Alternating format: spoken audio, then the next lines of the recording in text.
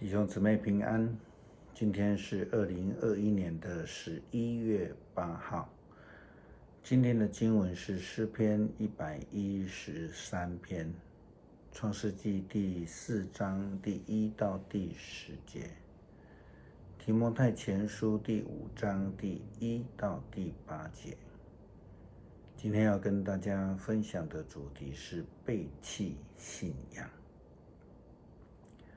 最近我们在读新眼光读经的当中，最近的进度是在以西结书的经文。先知提醒了这些已经背离上帝、背弃信仰的以色列人，需要认罪悔改，回转向上帝。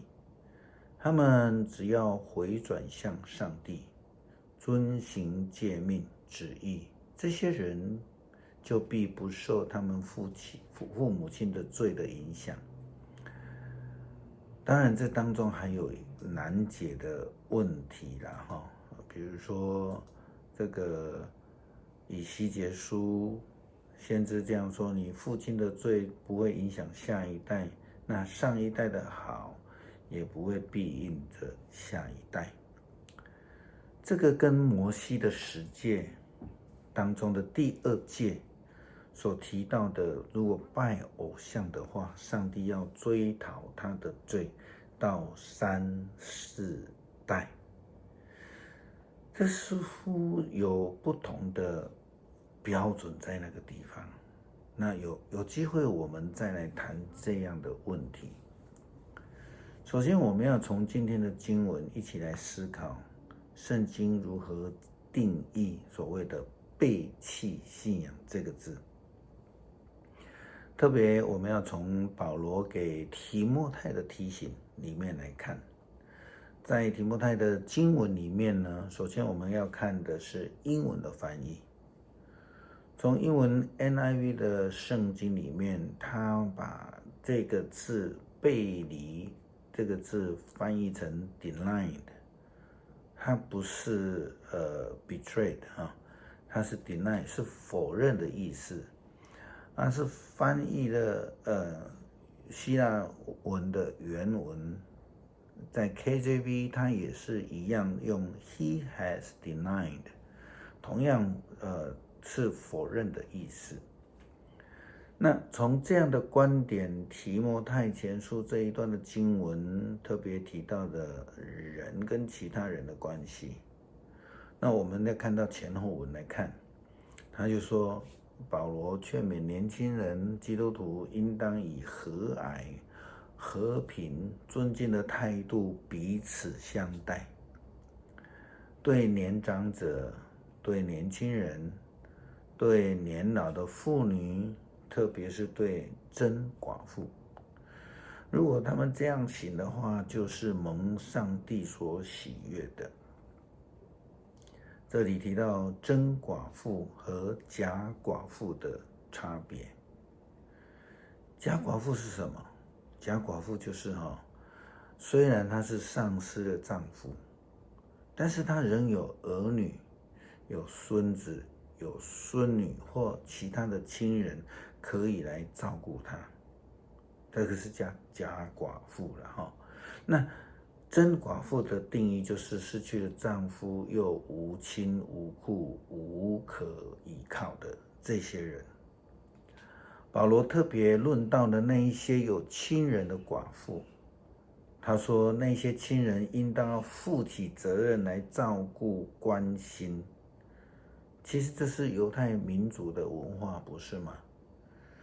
就如同我们前几天也提到了波阿斯对路德的责任，但是他也有伦理上的次序，不能因为他喜欢他就去争了。因为呢，在亲族当中有一个人的关系比波阿斯更亲密，所以他就在那一边来遵守这样的一个尺度。在此我们就看到伦理的尺度之拿捏，在拿捏上面的确是不容易的。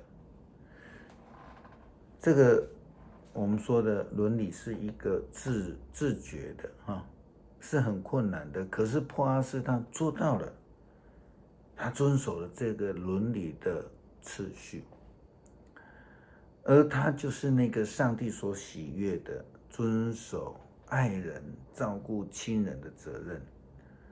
因为波阿斯的爱，让路德、让拿俄米从所谓的真寡妇，后来变成保罗口中的假寡妇，因为波阿斯照顾了他们。那一些抛弃该关心、该照顾的寡妇不顾的亲人们，就是保罗口中的那个背弃信仰。他们从否认亲属的关系跟帮助的责任，进而变成了否认跟上帝的关系。否认这个信仰，因为爱人，特别是那个需要照顾的亲人，他们需要关心帮助的人，这个其实就是基督徒的本分或是说责任该隐跟亚伯的故事告诉我们一件很重要的事情，我们对这个故事非常熟悉才对。在圣经的当中，它是一个第一个明文记载的谋杀案，凶手是该隐，那受害者是他的弟弟亚伯，所谓的该隐的弟弟这个跟提摩太前书讲到背弃信仰到底有什么关系呢？其实最关键的就是当亚伯被杀死之后呢，上帝跟该隐的那个对话当中的一句话。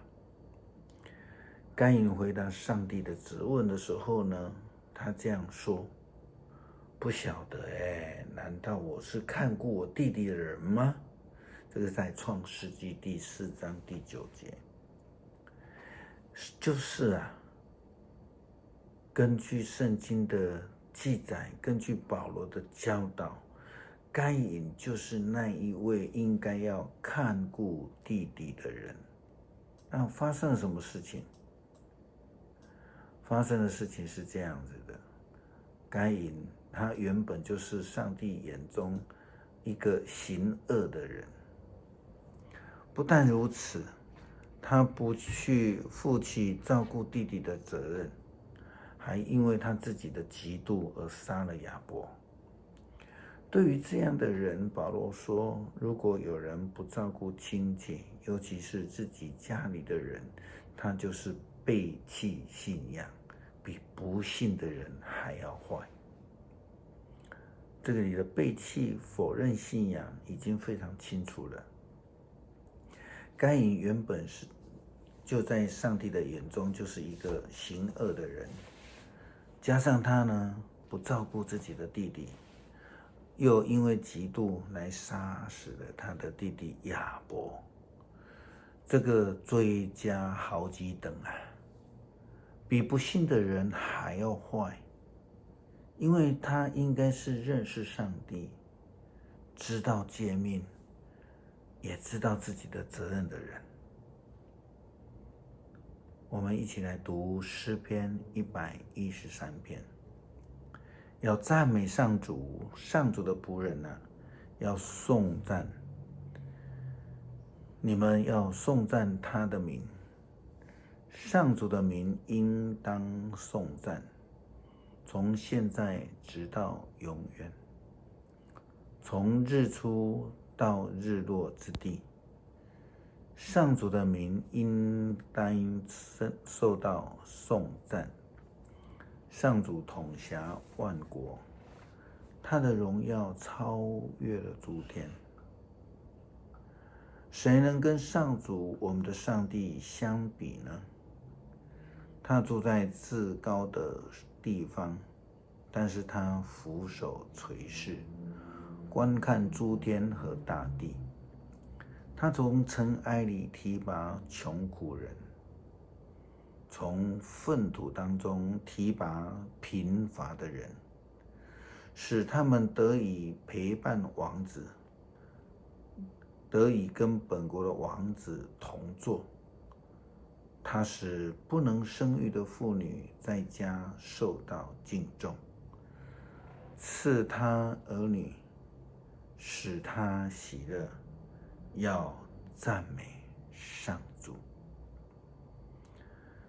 恳求上帝带领我们，启示我们的脚步，让我们能够紧紧地跟随上帝的脚中行，让我们在生活当中不偏离，不背弃与上帝的约，使我们每一位基督徒都成为一位忠心爱主的基督徒。阿们。